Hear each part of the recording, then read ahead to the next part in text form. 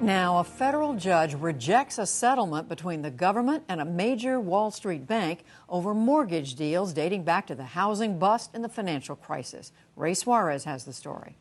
CitiGroup and the Securities and Exchange Commission had sought court approval for a $285 million settlement.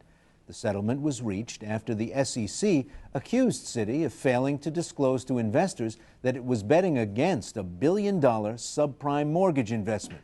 But today, U.S. District Court Judge Jed Rakoff in New York rejected the deal with pointed criticism, saying it was neither fair nor reasonable nor adequate in the public interest.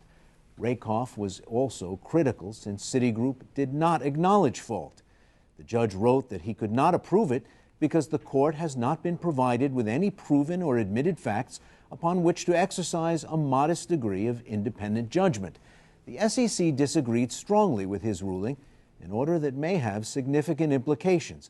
We get more on all this with Edward Wyatt of the New York Times and Jacob Frenkel, a former federal prosecutor and former SEC enforcement lawyer who's now in private practice at Shulman Rogers. Edward Wyatt, let's start with you.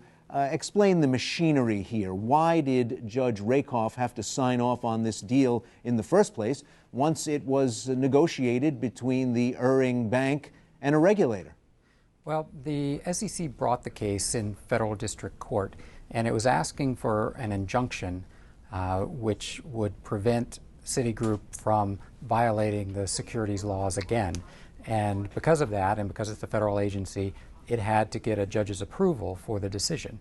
Now, Judge Rakoff has been a frequent critic of the SEC in these types of settlements, and he has raised points in rejecting settlements before, saying that the SEC wasn't being strong enough and it wasn't proving anything to him. And that's what he said here.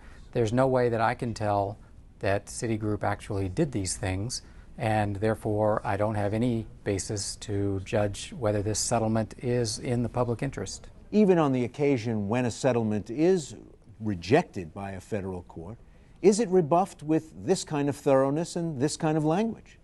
Well, certainly when Judge Rakoff rejected a settlement with Bank of America over its acquisition of Merrill Lynch and not telling shareholders about certain things that it knew about Merrill Lynch beforehand, he has used very pointed language and has raised questions about particularly the aspect of the settlement in which the company neither admits nor denies the charges.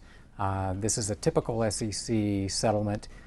It allows companies to do this because it's a way to get a settlement and avoid a trial that would be very expensive for the SEC and beneficial to a company that has deep pockets like Citigroup or Goldman Sachs. Jacob Frenkel, this is a world you know well. What did you see in the 15-page order entered today by Judge Rakoff?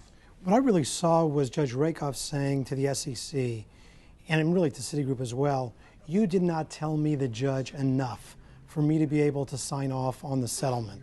Because this practice of the SEC settling cases without admitting or denying allegations, although Judge Rakoff certainly did criticize that methodology, the fact is that's very important for the SEC and really for the federal judiciary from a program perspective, because this is an agency that brings hundreds upon hundreds of cases every year and settles most of those cases before they're brought.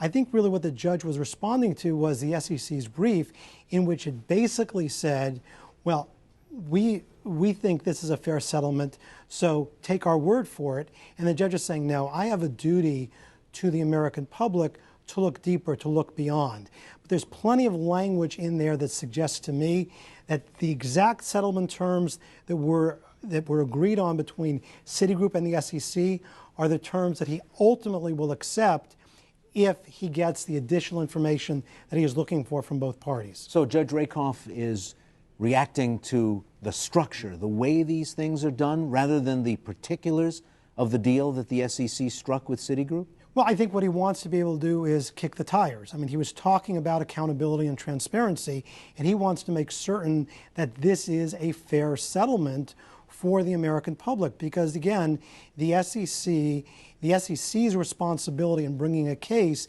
relates to the integrity of the markets. They're not representing a private plaintiff alleging monetary damages. What they're basically saying here is, we believe that an institution, a prominent institution, violated certain provisions of the federal securities laws, and after investigating, determining that it was appropriate to bring a case, what they've done is they've agreed on a compromise of that case, and that's exactly what was put in front of the judge. And the judge is saying, I really need to know more about what's underlying this case in order to sign off on this agreed resolution. Edward Wyatt, again and again, Judge Rakoff returned to the opaque nature of the deal between the bank and the regulator, and also that lack of admission of guilt. But if you were to go for guilt, either in court or for an admission from the company, would the SEC be able to bring as many actions?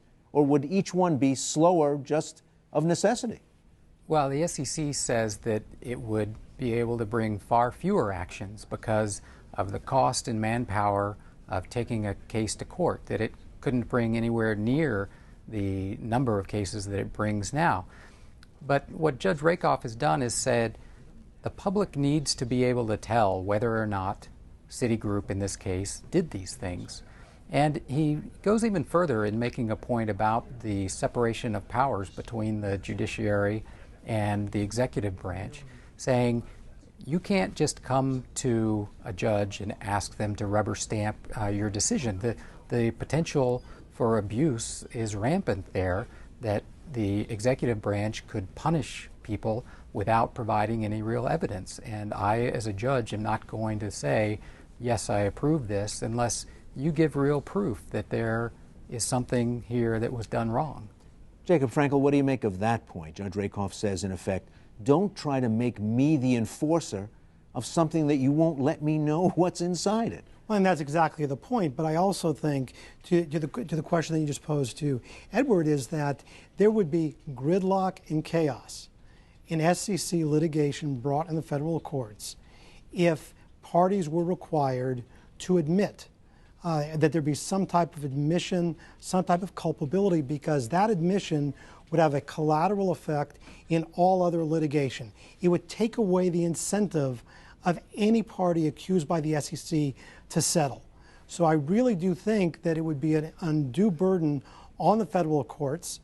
And I think one of the things that the SEC would do ultimately would consider bringing these cases in an administrative forum, which would mean probably the need to add 30 administrative law judges, which is why ultimately I truly believe that this is a settlement that will be accepted once the judge is satisfied about the underlying basis for the settlement as proposed. Adding how much to the timeline? How long before we know how this all ends up? Well, I think a lot of this may play out behind the scenes. In other words, not in open court. I mean, I think within the next 4 to 6 weeks, although we're coming up on the holidays, you know, it could be early January, but I don't think it's going to be that long before it resolves. Jacob Frenkel, Edward Wyatt, gentlemen, thank you both. Thank you.